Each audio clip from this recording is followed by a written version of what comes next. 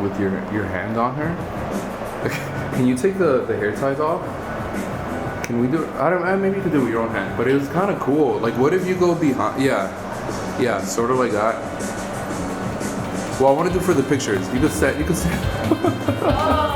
Yeah.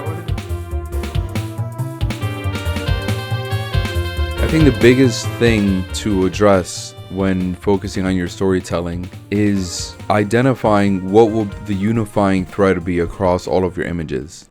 A lot of times photographers will send their clients and subjects mood boards that kind of have a general vibe, but usually there's no clear story through it. It's just a collection of cool images that they want to recreate. And if that's your starting point, that's where you're going to end up with, at best, some beautiful images, but there's not going to be a story to it. And so that's the key to having images that speak to each other, is having a unifying thread. Now, this could be an emotional tone that you want to hit throughout the shoot. This could be a certain styling. It can be a certain type of makeup look that you have. It can be a prop. It could be a style of performance.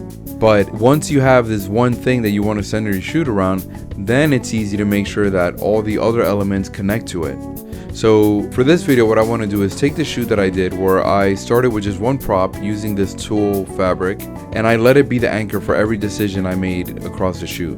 You'll see in it that because it was a test shoot, that I had this model come into my studio to just create different types of images. Each look could have been its own shoot, but they share this mood and visual language that originated from just this material, which honestly was just some leftover tulle that I had from another shoot I did, and I wanted to use it in this shoot. So what we're gonna do is break down the different looks that I had in this shoot and show you how I use the different elements such as styling, lighting, performance, makeup, and hair across the different setups to tell a different variation of this tulle story.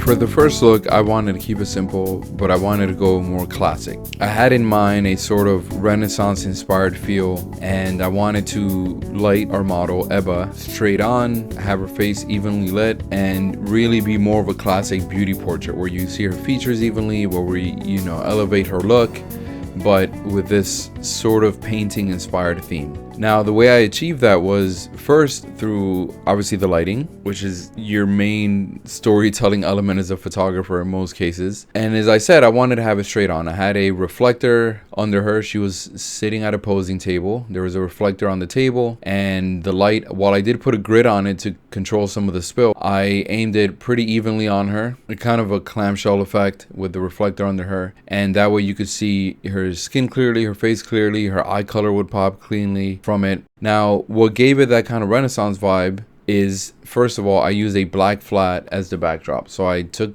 a double-sided V flat, aimed it so that the black side was facing us, and that was the backdrop. So the solid kind of backdrop feel, and then with the little tones I would add to the shadows when I edited the image, gave it a sort of painterly feel. Then the makeup and hair, I directed a certain way. I asked the makeup artist to give her this very kind of fresh blush look, kind of thinking of those old rosy faces of the Renaissance. And the hairstylist, I asked her if she could give us something kind of wispy, a little dreamy, with the strands of hair coming out, and she gave her this little braid as well to go with it. And then the final element, which was the main thing that would connect all the images, was the tulle. So I wanted to have it around her head, but placed very delicately, very flatteringly. In some of the shots, I had the makeup artist and hairstylist even kind of hold it a certain way, so there's a certain movement to it. And so all together, you see how those different elements create the atmosphere. Now, let me show you with the second look how I changed that and how I use those same elements to change the story ever so slightly. So for the second look, I wanted to go almost in the opposite direction.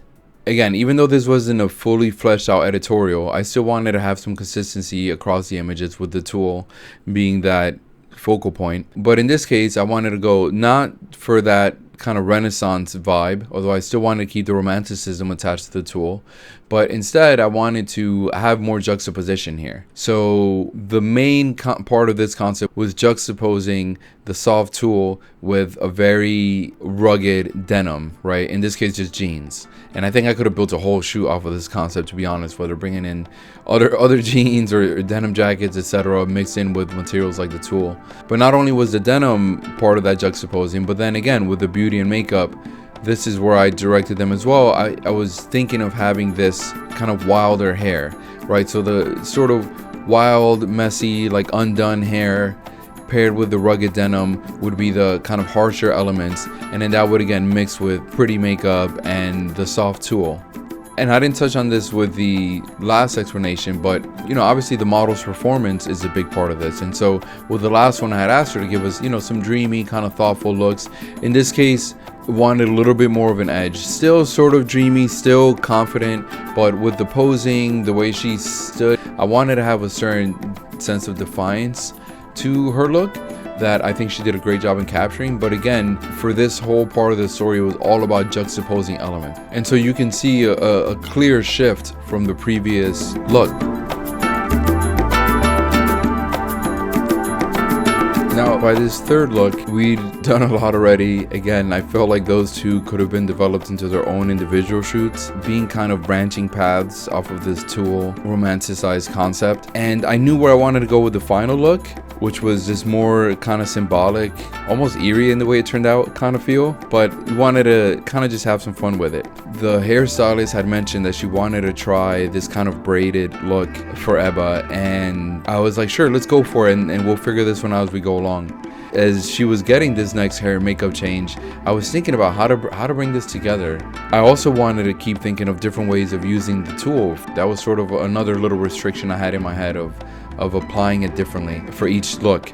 And so what I thought of is, what if we go sort of like a dancer inspired look? And I had asked Ebba to bring some tights that maybe we could use for something, and so that's what we went with here. So we had the tights, and I had this idea of wrapping the tulle around her arms, almost like these like flaring sleeves that you might think of like in a ballet performance or something like that, with the tights as well. And so Alexa and Irina, the makeup artist and hairstylist, did a great job of making these makeshift sleeves for Eva to wear. And that was the direction for the shoot. I decided to change the backdrop to give it sort of a grounded, kind of earthly feel that went with the makeup as well. So I wanted to have that connection there between the makeup and the scenery around her, which was just this brown seamless. But that inspired this vibe. So we had this kind of moody ballerina, I guess you could call this. And then we had a lot of these kind of languid poses. I brought in a chair as well to go with the theme, and that was the vibe.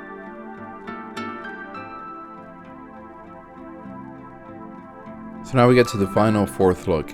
Now this one was sort of split in two, but the main thing I wanted to do with this one was play with a little more symbolism. We had this reference image of a model's face being covered. I can't remember honestly actually which was the image. I'd have to look at the mood board, but I remember there was something with a model's face, her eyes being covered. And so it might have even just been a bandana like across her eyes or something like that.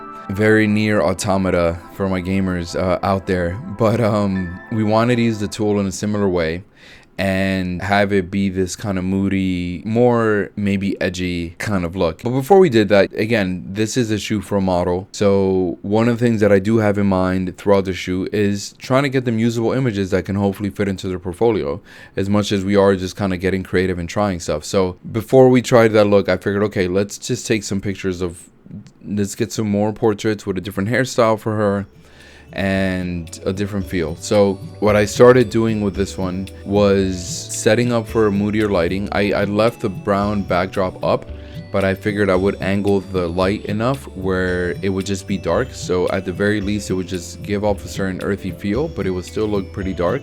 But as the makeup artist and hairstylist were putting the tulle around her, it hit me, oh, why don't we do a shot with your hands in it?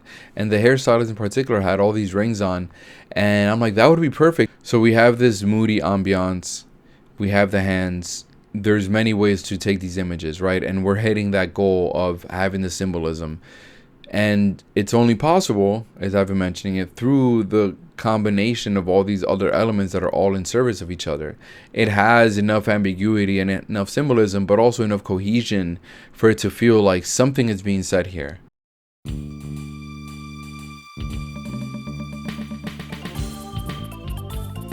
I wanted to share this, as a reminder of what happens when all of your creative choices, from the styling, the lighting, the emotions and expressions you are directing, when they all respond to a shared theme or concept. This is what allows your images to stop feeling just like random beautiful images, but they start to connect with each other, and you start to be an actual storyteller, a director. So what's the through line going to be in your next shoot? Whether it's a prop, a color, or a single word that you have in your head throughout the shoot to guide it, make sure you find it, have this on your mind, and then let everything else fall into place around it.